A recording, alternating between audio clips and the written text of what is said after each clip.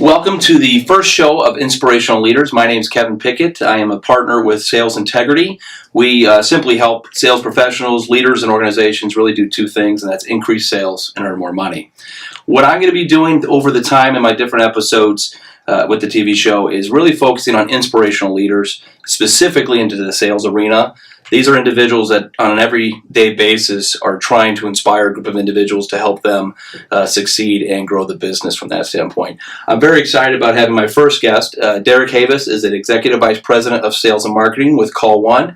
Derrick, thank you very much for coming on the show today. Thank you for having me. Absolutely. Before we jump into the leadership piece of things, tell us about Call One. What do you guys do? Who do you target? Ultimately, how can you help individuals? Sure.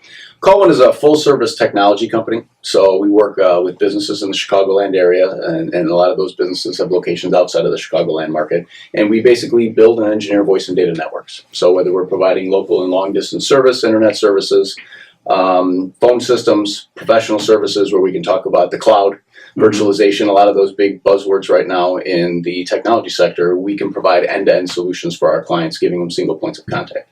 That's good. So with all disclosure, Call One was a client of ours. We worked with them on coaching standpoint. I know there's just a tremendous story there on growth and what you guys are doing. Talk a little bit about the growth of the organization. Sure. Over the last 5 years, we've had a tremendous amount of growth. We reached $55 million last year and expect to be well over 60 this year.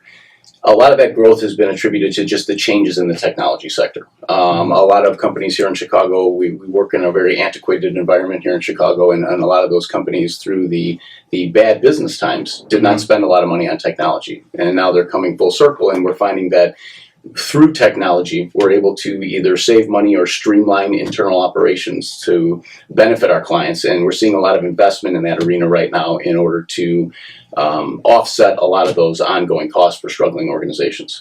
We work a lot with school districts and local municipalities in the state of Illinois. We do a tremendous amount of business just in the regular institutional business sector, whether you're talking about the financial industry, the medical industry, accounting firms, things like that. We do a lot of business. Our primary expertise would be in multi-location accounts and dealing with multiple merging technologies.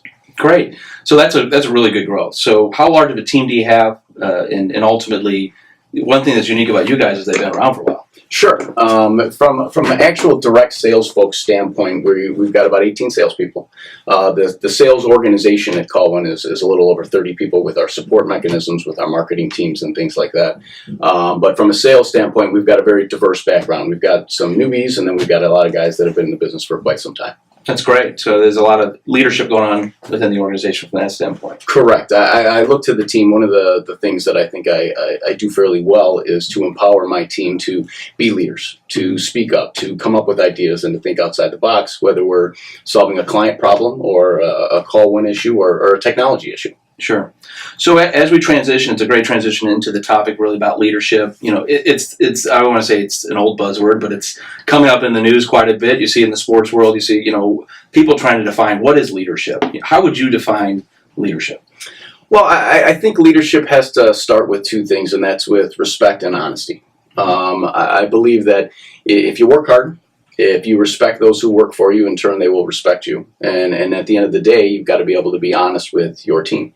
It's a difficult business to be in, whether you're in sales with technology or in any other field. Sales is always a challenge. And providing leadership where folks want to get up every day and come to work and work hard for you without having to constantly be a cheerleader is the challenge, but I think that's what separates good leaders from real inspirational leaders. Yeah, which is a great segue. So, there's leaders, there's inspiring leaders, right? And sometimes they're not the same. How would you describe an inspirational leader? Well, I think an inspirational leader, going back to a little bit of what I just said, is somebody who you don't have to make demands in order to get people to follow suit or to follow a vision. I think inspirational leaders set out a vision, and it's a vision that employees will follow instead of demanding that they follow that vision or micromanaging to a point with policies, procedures, and kind of forcing them into that vision. I think that's the difference between leadership and inspirational leadership. An inspirational leader will put the vision out there, and then through positive motivation will inspire their folks to execute on that vision without having to do a whole lot of management. Sure. So what was your first experience in leadership? My first experience in leadership, frankly, was through sports. Okay. I happened to be very young in my class, and so it was one of those things where I was a lot of times the smaller kid. And one of my coaches early on in wrestling, had pulled me aside and had talked about how, although I was, maybe not the best physical athlete on the team, I was certainly the one with the biggest heart and the one that worked the hardest, and how that would pay dividends in life. Sure. Because it's, once we get out of school and out of sports, the physical side means nothing, and it's all about your brain and your heart, and how that would take me further than anything else going on. And that was, I learned that at a very early age. Yeah. No, that's good. That's good. What's interesting with sports is it gives you an opportunity, especially team sports, to really have somebody step up. I coach my son's travel baseball. We've talked about that quite a bit. Sure. And the reality is it's just amazing to see even at 10 and 11, some of those leaders rise at the top and the kids start to follow them from that standpoint. Well, and I think sports is great too, and wrestling in particular for me was great because it's a very individualized sport in a team environment. Yep. So you get kind of that independence and that it's on you. At the same time, you have Sure. a team and you're part of a bigger team, and so you really get to benefit to both aspects of understanding what you're doing and how you're growing up. Yeah, and so you're executive vice president of sales and marketing. That didn't just happen day one. So in your sales career, were there certain inspirational leaders you had that you kind of modeled yourself after? Sure. I mean, very early on, it was, the top sales performers in any office, when I was just out there, selling and closing business. Striving to be one of those people and learning from them. I'd like to think that through the years I've stolen a little bit of a lot from a lot of different people because I've seen what's worked and kind of taken it and made it my own. And over the years, you develop your own shtick, so to speak, and it just happens naturally if you're watching professionals who have already been successful in the organization do those things. And so I've always looked up to those folks in my sales career. And then as I started going up through the ranks in management and coming into an executive, continuing to follow that idea. Sure. Kind of knowing what I know and knowing what I don't, and trying to watch other successful people, whether it's at my organization, my competition, or just outside organizations, and seeing what makes them successful and seeing if I could incorporate some of those own things into my personality. Sure. So, thinking through your career, there's obviously a lot of challenges. When you manage people, it's just inherently there's going to be challenges. What would you say is one challenge that sticks out in your career from a leadership standpoint, and how did you turn it around?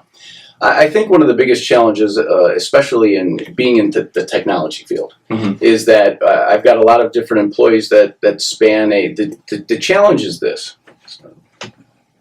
The challenge is this, especially in technology and in my field, I've got a very diverse sales force.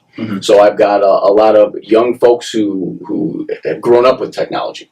And then I've got some seasoned folks on my team that are a little more technology resistant. And being able to motivate both sides to be successful and to be able to speak to both sides has been a challenge. One that you can overcome, but it's certainly a challenge, especially in technology, because it's, a lot of our clients are very young now. Sure. And you're dealing with trying to solve the needs of the young IT director, but then as it relates to the CFO who has to make the purchase in an organization and being able to communicate and motivate both to accomplish whatever that goal is.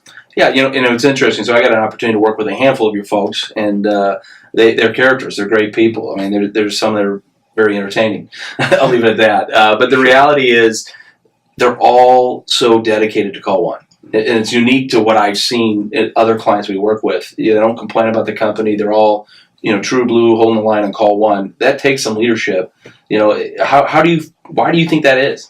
Well, I think for a couple of reasons. Number one, I think the company does very good at taking care of its employees. And so getting those folks to buy into that plan, because we just take care of them. We care about our employees. Sure. Number two, and this is a direct reflection of the way I lead, is that I provide a vision. It's not about today's task. It's about how today's task will impact what we're trying to execute in the long term. Whether the long term is 6 months from now, a year from now, or 5 years from now.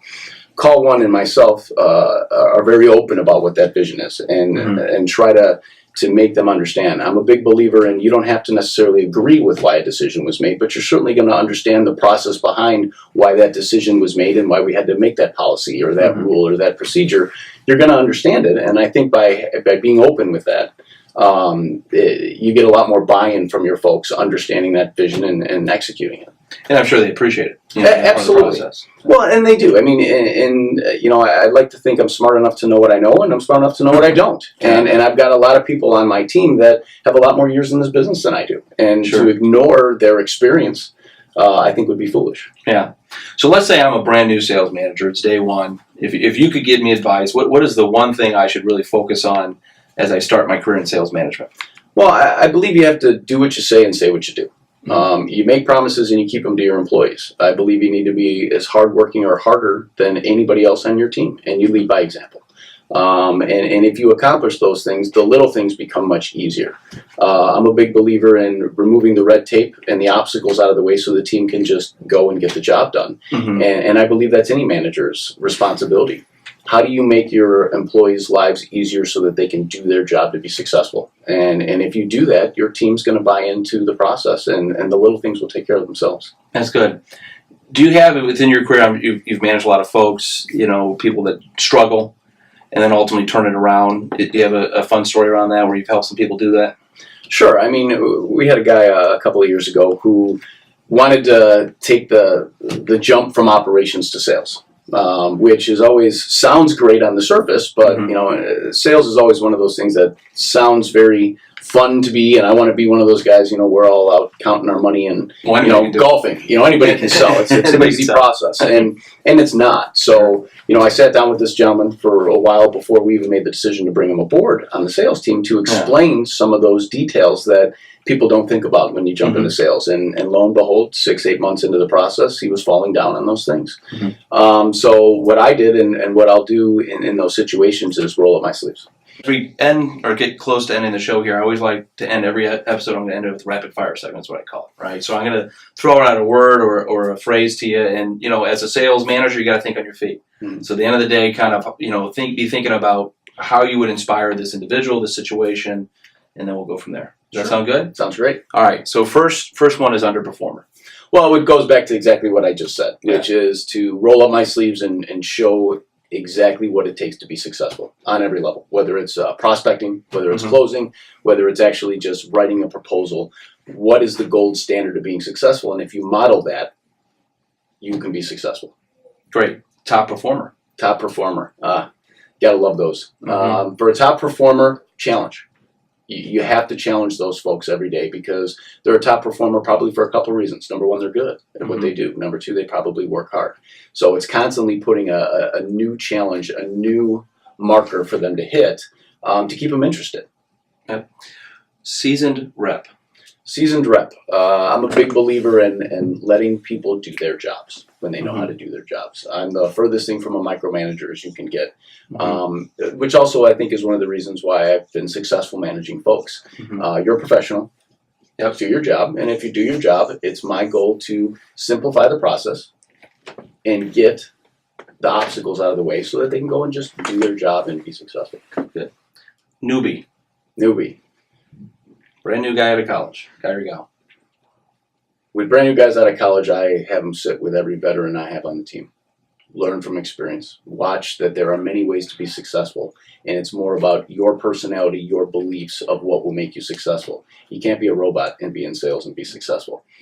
So you got to take your personality and all the things that make you you, massage it, add a little of the experience, the product knowledge, and all of those things. But with a newbie, it's about being yourself first, and then learning what it takes to be capable of the job. Good. Finally, managing your dad. Managing my dad. And you want to talk about somebody who was a leader and a role model in my life. My dad was a small business owner for 20 years. And I worked for him many, many years, over the course of growing up. And, I learned two things. I learned that my dad worked very hard, and I learned that my dad did business with integrity. And although, he's not a overly educated man or a brilliant man on any level, he's a guy that was always successful because of those two things. And, I get a lot of stories about, my uncle doesn't talk to my brother because they were in business, and you hear all these nightmare stories. But from day one, when we started working for each other, when I was working for him, it was 8 to 5. It's a boss-employee relationship. Before 8 and after 5 o'clock, it's you can have a beer and you can talk about life, and Yeah. you're back to being father and son. And when the roles got reversed many years later, when he had sold his business and was in a position to try to figure out what that next step in his life was, Sure. I said, well, why don't you come work for me? And his answer was, well, I'm not a salesman. And I said, well, I find it funny that owning a successful business for 20 years and you don't think you were a salesman. Yeah. It's not about tricks and tools. It's Sure. about honesty, hard work, and frankly, people liking you. And the guy's got a great personality. So managing him is actually easy. And he's one of my top performers. So there's no question about, is he getting any breaks? Yeah. Am I bending any rules? Because he works hard, and there's never been a question about that. So it's been a great experience, and I find that we're both very blessed and lucky that we get to do that. And I mean, I'm in one of the best points of my career, and knowing that with my own children, I would consider myself very lucky to be able to be that close to watching my son, Sure. in his prime. Yeah. And so for my dad to be able to see some of the things I'm doing now makes it that much better. Well, it's a good thing he's doing well, because putting him on a performance improvement plan would probably be an awkward conversation. That would be difficult. But, just call my mother and have her straighten it There out. you go. So. Well, I appreciate your time today. This is a lot of great information, and I really appreciate you spending that time with us today. My goal of every show is and it's really the same goal I have when I coach with individuals and sales professionals, is ultimately for you to walk away with a nugget or two, and I think there's plenty here today. So thank you very much, and I appreciate everybody watching, and stay tuned for the next episode. Thank you.